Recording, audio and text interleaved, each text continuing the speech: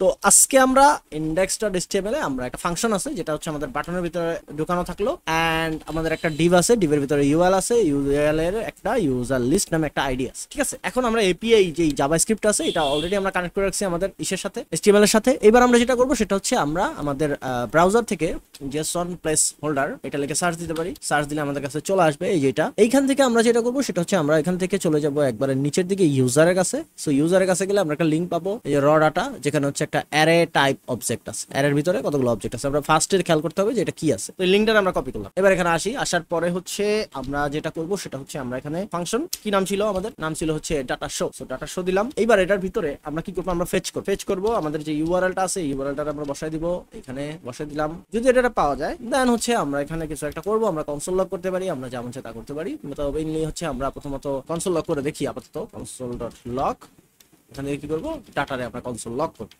Save করলাম। এবার হচ্ছে আমরা index.html এ যাই, ওপেন লাইভ সার্ভার দিই, লিস্ট অফ ক্লায়েন্ট আছে, এখানে ক্লিক করলে কিছু হয়েছে, হ্যাঁ এই যে পুরো অ্যারেটা চলে আসছে। এইবার আমরা যেটা করব সেটা হচ্ছে, তো আমরা এখানে একটা ফাংশন রান করব, ফাংশনের নাম দিব হচ্ছে ডাটা লিস্ট। ডাটা লিস্টের ভিতরে আমরা একটা প্যারামিটার দিয়ে দিব, ধরেন ডাটা নামে একটা প্যারামিটার দিয়ে দিলাম। এই ডাটার ভিতরে আমরা কি করব, আমরা হচ্ছে নরমালি ফর অফ চালাই দিতে পারি। ফর কনসোল লক করি, আমরা আপাতত console.log করে দিলাম। ইউজারকে আমরা কনসোল লক করে দেখি কি হয়। ইউজারকে কনসোল লক করলাম। এবার এখানে আসি, আসার পরে হচ্ছে আমরা এখানে লিস্ট অফ, এখানে ক্লিক করি, দেখেন আমাদের প্রতিটা ইউজার, যতগুলো ইউজার আছে 10টা ইউজারে আমরা পাইতেছি। আমরা যেহেতু একটা ডিপ তৈরি করছি, আমরা ডিপ তৈরি করছিলাম কেন, কারণ হচ্ছে আমরা চাইতেছি আমাদের যেই এই ফাইলটা আছে এইখানে এই ডাটাগুলো শো করবে, কনসোলে না শো করে এখানে শো করবে। তো এটা করার জন্য কি করবো, আমরা এপিআই তে যাব। এপিআই তে যাওয়ার পরে হচ্ছে আমরা এখানে কনসোল লগ না করে আমরা প্রথমত একটা ভেরিয়েবল ডিক্লেয়ার করব, const ul। আইডিটা হচ্ছে কি, আইডিটা হচ্ছে আমরা আইডিটা নিয়ে আসি এখান থেকে কপি করে, আমাদের আইডি হচ্ছে ইউজার লিস্ট। এইবার আমরা এলআই তৈরি করব, const লি। এইবার এলআই এর ভিতরে আমরা কি করব, এলআই এর ভিতরে আমরা ইনার টেক্সট হিসেবে সেট করব, আমাদের ইনার টেক্সট হিসেবে সেট করব কাকে, আমাদের যে ইউজার আছে,